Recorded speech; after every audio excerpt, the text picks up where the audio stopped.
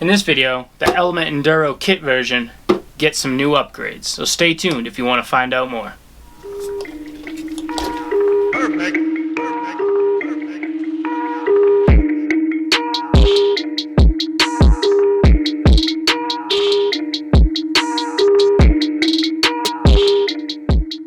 Welcome back to the channel, everybody. Hope you're well. For those of you who are new, on this channel I do everything from scale RC to bashing RC. So if that interests you, please consider subscribing and click the little bell notification so you can see when I post new videos. So let's get to today's video. So I have been working on getting my Element kit all going and getting everything to how I want.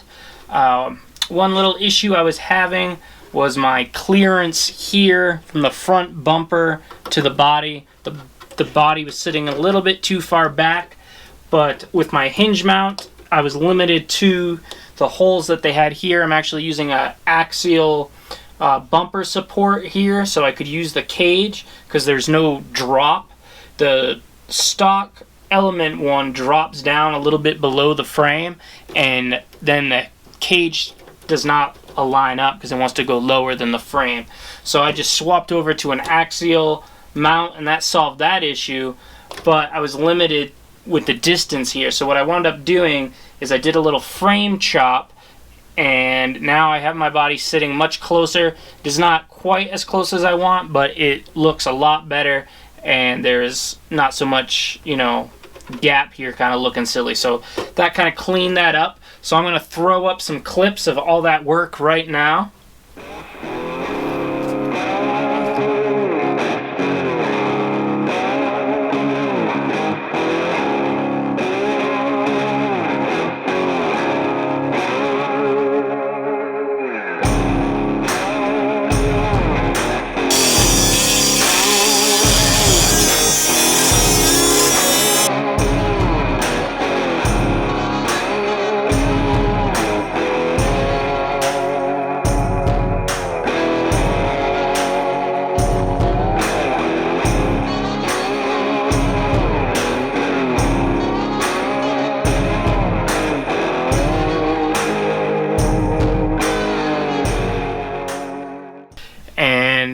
So now that that is out of the way, I am going to address a couple of other things. So I got a box here with some new goodies. So I'm just gonna pull this out and show you guys what I got in the box. It's nothing crazy, but I went ahead and I got some little Nova foams from Crawler Innovations. I really like their foams. I have tried the Pro lines. I seem to like these ones better. So this has the medium tuning ring on it, so I'm not sure exactly what I'm going to do for tuning these yet, but this is the comp cut inner with the medium outer ring. So I put the medium in the back, and then the next ones I got are soft for the fronts. The Element truck is not very heavy, so I'm not sure. The mediums might be a little bit too much. I did go ahead. I really wanted some new wheels to get rid of those plastic beadlocks. I did go with some SSD wheels. I put these on another rig that I bought, and I had never had SSD wheels, and the price difference between these and like a Vanquish wheel isn't that much different. I do think that the Vanquish wheel is a little bit better fit and finish, but for the price I think that these are really good. So I went ahead and I just picked up another pair, and they will accept Vanquish style weights on the back for brass, so I might have to get some weights on there in the future. I'm not sure, but these are them. They are the rugged silver, and I went with these ones because they're a little bit wider, so that's going to give me just a little bit more stance on this truck, which is something I was looking for. So I got a set of those, and then I just got a few other oddball things in here. Also, if you can't see, I did get a new Element hat. I'm going full Element fanboy here. I'm really enjoying the kit, and I think it's a performer, and I want to back the company. Also, I needed a new hat. You always see me wearing that other one with a little bit of camo in the video, so I decided it was time for a new hat. Life's good. I can buy a hat. Okay, so one thing I got is I installed that servo winch, so I'm really hoping that this fair lead I have here will fit. I picked up some steel pivot balls because I went with some Traxxas ones, and there's a little bit of slop in them, so I am not sure if those are supposed to be like that or not. So I went ahead and I just got some Element steel pivot balls, so I'm going to go ahead and replace as many of those as I can on my links. These ones here, I lost the stock plastic ones and went with something different, so these are steel ones for the shocks. That's all 4. And then also to add a little weight and also give me a little more stance, I went with these Element Enduro brass hexes. So now these Enduros use a slightly different hex design with the pin as opposed to some of the other designs other brands use. So you have to make sure you get Enduro ones. Element is making their own aluminum version. I decided to go with the 8mm and to go with the brass just for a little bit of extra weight. So that is that. Nothing crazy. So next up is getting all this stuff installed. So let's do it.